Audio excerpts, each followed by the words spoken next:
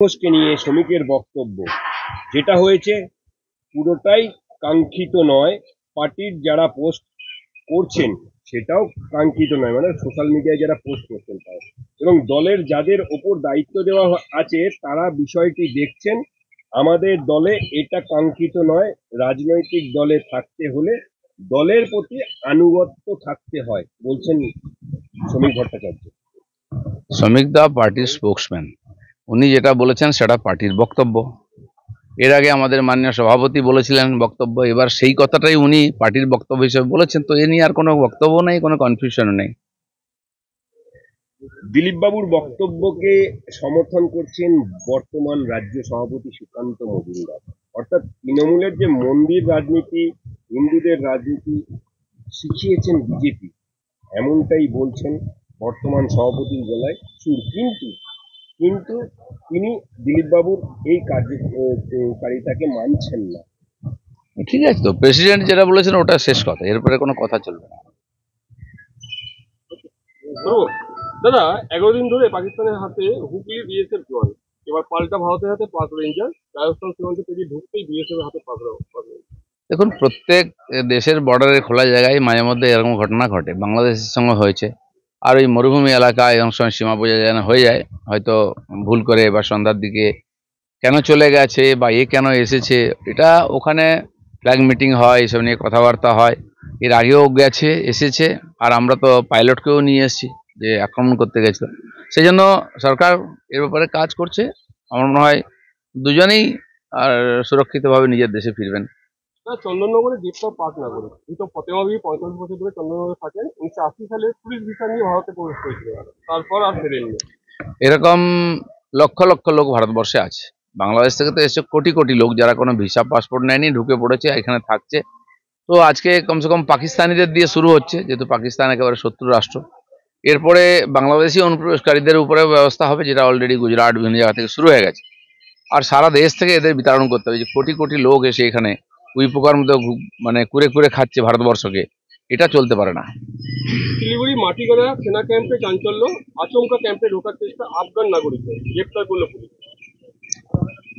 সরকার এটা তদন্ত করে দেখবে যে লোকটা কে, কেন, কোথা থেকে এসছে, কেন এসছে এখানে।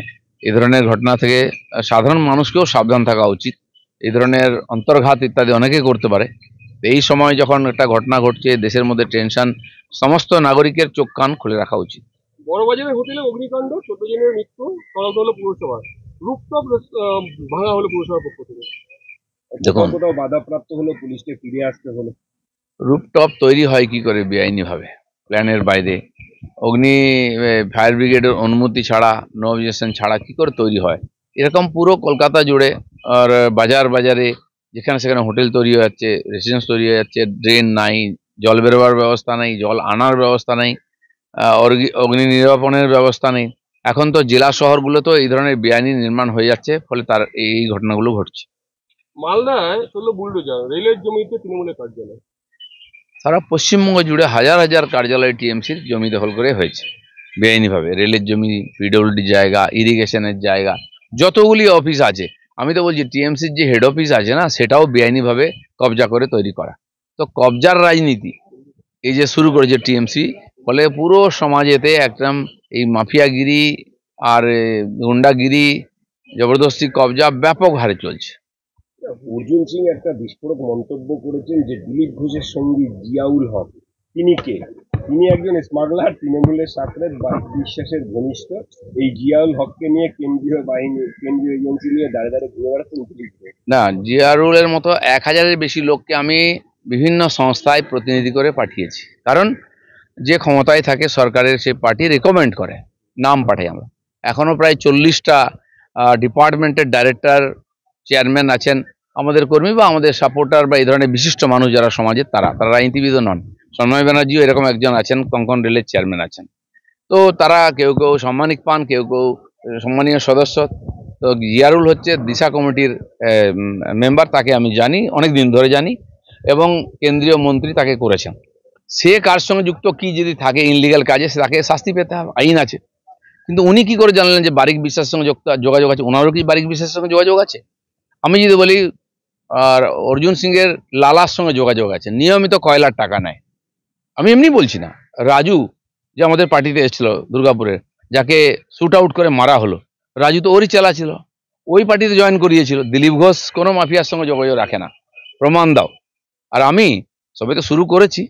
কে কে কালো গরুর দুধ খায়, কে পাথরের মূর্তি বিক্রি করে, কে আর বালি খাদান খুঁড়ে বেড়ায়, অনেক আছে যারা ওইখান থেকে এসছেন, সব বোঝা নিয়ে এসছেন। আমি জানি, বলি না, দরকার নেই, কিন্তু আমি কিন্তু বলতে আরম্ভ করি, আর ন্যাংটার নেই বাটপারের ভয়। আমি ন্যাংটা, কিন্তু সবাইকে ন্যাংটা করতে যাবো।